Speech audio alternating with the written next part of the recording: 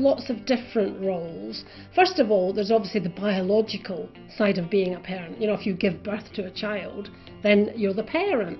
But it's not as simple as that, because, you know, some parents adopt children, some come in as step parents, and they can still form a strong attachment with the child. And it's that loving attachment that really makes, you know, the parent-child relationship and makes you the parent to that child.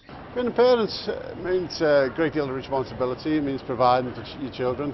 The main things are stability for the child. They have to give you a lot of love, even when you get older, because even when you grow up and move out, you still need love. You get sad. So parents do have to change all the way through childhood. They have to think about, you know, what works at different stages.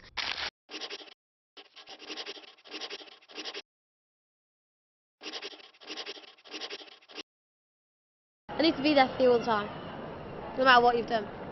And the way you do that is to spend time with them, to show them affection, you know, actually give them a hug, give them a kiss, you know, even when they're getting bigger and they're settled down, you know, it really makes a difference. Being a parent means that you are a positive role model to your child, and that you give them guidance to make the right decisions in their life.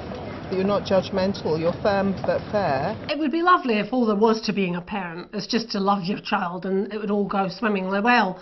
But it's not as simple as that, because children do need you to set boundaries to their behaviour.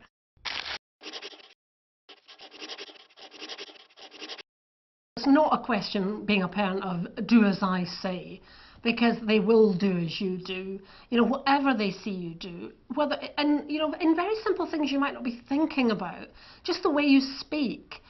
You know, sometimes we speak to members of our own family in a kind of, you know, quite offhand, rude way. We would never dream of speaking to, you know, people outside or work colleagues. So it's important to think about that. You need to show just good manners, really.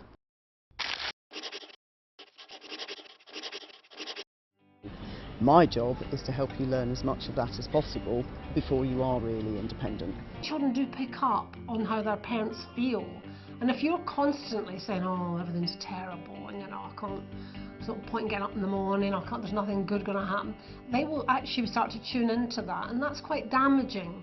So you do need to, you know, try and give them that positive can-do attitude, you know, give things a go. Doesn't matter if you fail, you know, we all fail, and you can just pick yourself up and try again.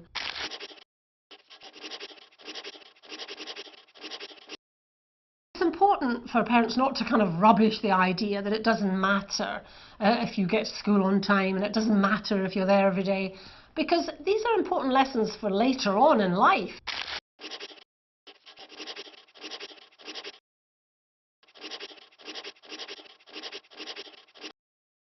Do your best for your child, try and bring them up the right way, and hopefully when they get older they'll do well in life.